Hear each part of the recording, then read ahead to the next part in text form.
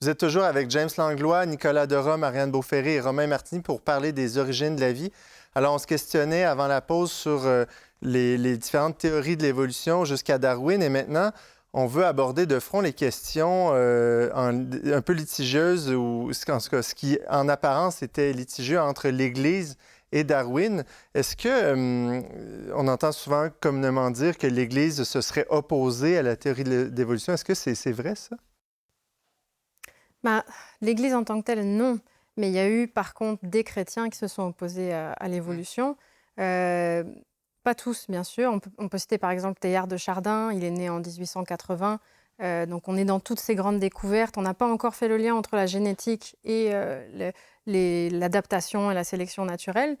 Où il disait que c'était un moyen finalement d'expliquer comment les espèces changent, mais ça ne changeait rien au fait que pouvait y avoir un Dieu créateur au final. Par contre, on a eu des personnes qui se sont opposées assez fermement. Pourquoi ? Parce qu'on a eu en réaction aux scientifiques. Il y a eu des scientifiques qui ont vu dans l'évolution un moyen de prouver que Dieu n'existait pas. Donc, ils sortaient de leur domaine de compétences. Et de la même façon, les chrétiens se sont opposés à des découvertes scientifiques. Donc, eux-mêmes sont sortis. C'est comme si la métaphysique et les sciences essayaient de se mélanger ensemble plutôt que d'apprendre à se parler. Donc, on a eu d'abord des créationnistes. Ça, c'est un terme qu'on voit à partir des années 20 à peu près, qui proviennent des courants évangéliques américains, qui considèrent qu'on est encore dans les théories fixistes au final, que tout est fixe, que la Terre, on va suivre le récit de la Genèse. Certains vont aussi loin que dire que... C'est 7 jours. Oui, ça a été fait en 6 jours, dans un univers très limité. C'est Dieu lui-même qui a mis des os de dinosaures pour, comme ça, on ne sait pas trop, dans le sol. Et voilà. Et donc, il y a une lecture de la Genèse qui est très historique dans ce sens-là. Donc, les découvertes scientifiques, elles sont intéressantes parce qu'elles nous ont forcés à ouvrir notre perspective par rapport à la création en général. Sachant que le peuple hébreu, depuis très longtemps, il voyait dans la Genèse quelque chose de vraiment très très beau. D'ailleurs, le texte commence, les premières paroles de la Bible, c'est « Au commencement, Dieu créa le ciel et la terre ». Et dans ce « au commencement », le mot c'est « Bereshit », je ne sais pas si je le prononce correctement. C'est la lettre B de l'alphabet.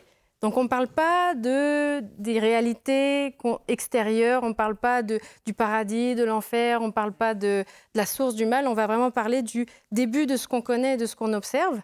Et il y a un autre terme, c'est Dieu créa, c'est bara, et c'est Dieu qui crée à partir de rien.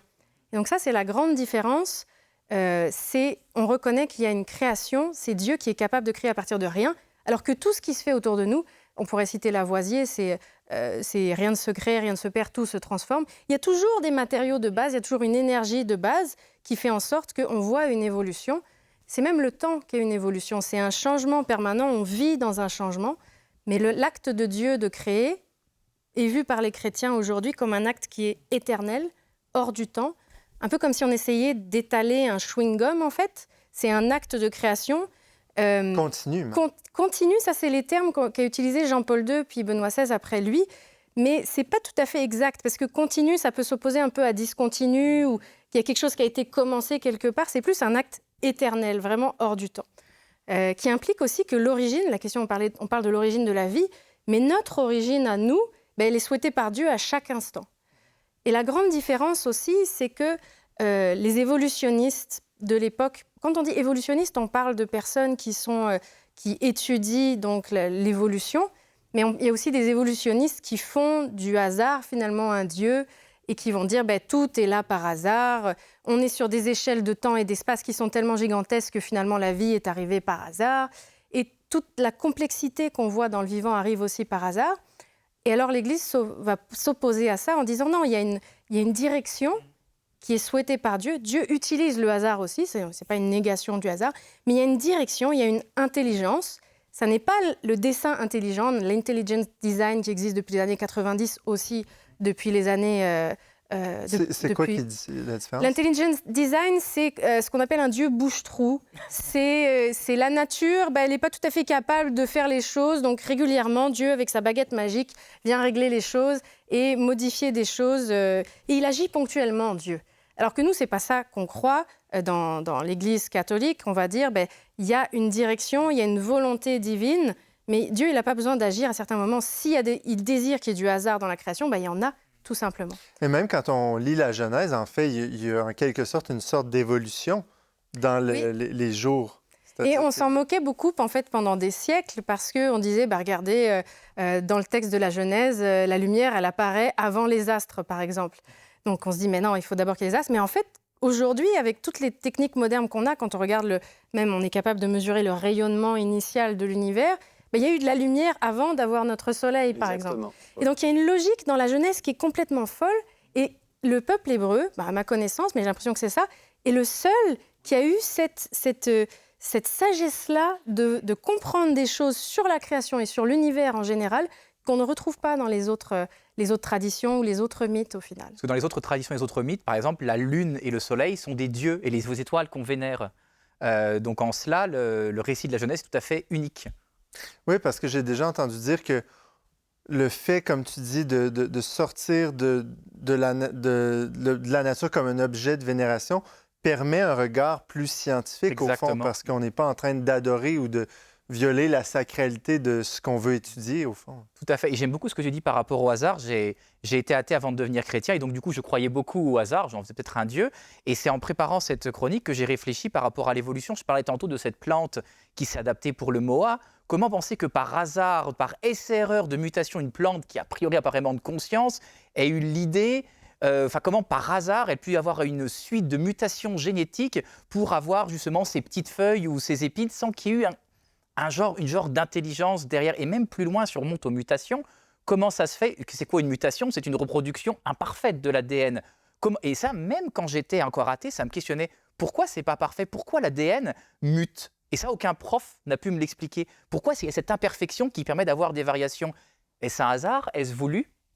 Et là, ça a des implications. Donc l'évolution qui me semblait contradictoire avec Dieu, l'évolution ne serait-elle pas un don de Dieu, justement, voulu par Dieu? Parce que si toute mutation était parfaite, on serait statique, on n'existerait pas. Mais on pourrait faire un parallèle, mais au fond, dans notre vie même, oui, biologique, mais dans notre vie intérieure, spirituelle, on vit une évolution, puis Dieu permet qu'on soit dans le temps parce que ça permet le changement, finalement. Donc, ça, en ce sens-là, Dieu est favorable à l'évolution. Oui, ça se rejoint. Mais est-ce qu'on pourrait dire que, si je comprends bien, Dieu, c'est une grosse question philosophique, mais Dieu et le hasard ne vont pas en contradiction? Non, pas tout à fait. J'avais fait une précédente émission où je parlais de la chimie quantique, où il y a du hasard. Et au départ, moi, j'avais appris ça, j'étais athée. Et quand je suis devenu chrétien, je me suis dit, est-ce que ce hasard ira à l'encontre de Dieu? Non, parce que s'il est voulu par Dieu et que tout est possible, selon la chimie quantique, je ne vais pas refaire la chronique, je vous rassure, mais la probabilité que je passe à travers le mur sans être bloqué est non nulle. Elle est infime, mais elle est non nulle. Donc, si ce petit hasard existe, c'est un peu Dieu. Bon, Einstein disait Dieu ne joue pas au dé. Oui, il ne joue pas au dé, mais il sait le résultat. Donc, il pourrait s'arranger, des fois très subtilement, pour que le résultat aille dans le sens qu'il le désire. Mais nous, on n'aura aucun moyen de le savoir parce que toute probabilité était égale. Donc, il a un 2. Il avait une chance sur 6 d'avoir un 2, mais lui, il voulait qu'il y ait un 2. Mais pour nous, on pense que c'est le hasard. Donc, ce n'est pas forcément contradictoire. Ouais. Moi, j'aimais bien ce que disait Nicolas aussi, c'est que souvent, le hasard, on l'utilise quand on est ignorant au final de ce qui se passe. Et donc, cet affrontement qu'il y a pu y avoir au début du XXe siècle et qu'il y a encore entre les chrétiens et des scientifiques, il nous invite à plus d'humilité aussi chez les scientifiques. À dire, il y a des choses qu'on ne comprend pas, on ne va pas appeler ça du hasard, mais ça nous invite à aller plus loin au final et à faire plus de recherches. Mais d'ailleurs, est-ce que vous qui évoluez dans des milieux scientifiques, vous intéressez à tout ça, est-ce que vous trouvez que le discours des gens de science aujourd'hui est encore très la foi et Dieu, c'est anti-science, ou trouvez-vous? Oui, clairement, je lisais il n'y a pas très longtemps, c'était l'évolution en 30 secondes. Et la première page du livre explique que par le passé, à cause de l'Église, on avait une vision fixiste et que grâce à l'évolution, ça a ouvert nos esprits. Et c'est ça qui est paradoxal, parce qu'on se rend compte qu'il y a des grands penseurs chrétiens qui sont croyants, qui étaient totalement ouverts à l'évolution. Saint-Augustin d'Hippone, c'est... Oui. Et la transmission les lois de la génétique, c'est encore... Oui, un peu avant Saint-Augustin, on peut en citer un autre, c'est un père de l'Église, Lactance, qui disait, oui, le corps, sans doute, il peut changer, il peut être le produit d'autres sources biologiques, mais la différence qu'il disait, c'est que notre âme, elle est créée par Dieu. Et quand on parle de direction un peu dans la nature et d'origine de la vie, c'est aussi ce souffle qu'il y a dans tout le vivant, en fait. Et ce que nous rappellent aussi les papes, c'est qu'il y a cette âme-là, c'est les mots de Benoît XVI aussi, chacune âme est voulue par Dieu, choisie, désirée à chaque instant, et se retrouve partout. L'âme, c'est vraiment juste cette impulsion de vie. Et donc, quand on dit que Dieu crée, au final, et qu'on est créationniste, mais pas dans le sens américain du terme, c'est que Dieu nous désire et nous donne son souffle à chaque instant dans un acte éternel aussi. Donc, s'il y a quelque chose de très, très beau là-dedans, c'est pas l'horloger de Newton qui donne une petite chicnaude, c'est pas non plus l'idée de William Paley qui est à la base du dessin intelligent que, ben voilà, il a calibré tout ça, puis après, il n'est plus vraiment là, ou il revient de temps en temps pour remonter l'horloge. Donc, il y a une sagesse dans l'Église qui est magnifique là-dessus. Donc, il y a des chrétiens créationnistes qui croient que l'évolution, c'est-à-dire le monde serait vraiment arrivé en 7 jours avec tout ce qu'il comporte, mais l'Église catholique ne croit pas ça et n'enseigne pas ça. Non, parce qu'elle accueille les découvertes scientifiques. Et d'ailleurs, la première Académie des sciences, elle a été fondée je pense, c'est 16e siècle, il me semble, par l'Église elle-même, qui voulait favoriser une certaine indépendance de la science. Donc, Et même la théorie du Big Bang vient d'un prêtre catholique. Oui, Georges Lemaître. Ouais, c'est quand même fou quand on y pense. Moi, quand j'ai appris ça... C'est un proche collègue d'Einstein. Oui, c'est ça qui m'a surpris quand je suis devenu croyant. Il a fait la synthèse de Hubble, et des travaux de Hubble et Einstein, il en a fait la synthèse. Et justement, moi, j'aimerais revenir à l'idée de créationnisme, parce que c'est ce que je dis aux étudiants. Il y a un moment, avant l'univers, il n'y avait pas l'univers. Il y avait quoi? On ne sait pas ce qu'il y avait. Mais l'univers, à un moment, il a été créé. Il n'est pas arrivé tout seul. Donc, moi, je trouve que cette notion, puis je pense que c'est un peu le sens que tu lui donnais, Ariane, c'est que c'est une création dynamique. Puis comme disait Saint-Augustin, c'est une création avec un potentiel d'évolution. Mais sur tous les plans. Là, on parle du potentiel spirituel, on parle du potentiel biologique. Et quand tout à l'heure on parlait du hasard, je ne sais pas pourquoi j'avais le mot liberté qui revenait sans arrêt, inlassablement. Et je me disais, la part qu'on considère comme du hasard, mais en fait, ce serait peut-être notre liberté. Et puis, on sait que c'est le Seigneur qui nous souhaite cette liberté. Et je trouve que c'est une grande sagesse, justement. C'est pas, comme tout à l'heure, tu parlais de l'intelligent design, c'est pas, non, dès que tu fais mal, paf, une tape sur la main, je te resserre la vis, machin. Non, c'est... comment dire, c'est nous donner beaucoup d'importance que justement nous permettre cette liberté. Nicolas, merci. C'est un très beau mot de la fin de finir sur la liberté qui est comme le couronnement de toute l'évolution dans un sens. Puis on parlait de scientifiques croyants. Eh bien, il y a Francis S. Collins qui a écrit ce très beau livre de la génétique à Dieu, la confession de foi d'un des plus grands scientifiques. C'est paru aux presses de la Renaissance. Puis, je ne sais pas si vous connaissez les indices pensables, mais ce sont des BD qui peuvent être lus par, je dirais, nos grands-enfants. Hein, jeunes adolescents. Oui, jeunes adolescents, en quête sur Dieu. Donc, la saison 1 qui porte sur un os dans l'évolution et toutes ces questions de science qui est abordée avec quand même humour, mais de manière très vulgarisée, entre autres pour les enfants. Alors voilà, ça, c'est paru chez Brunard Éditions.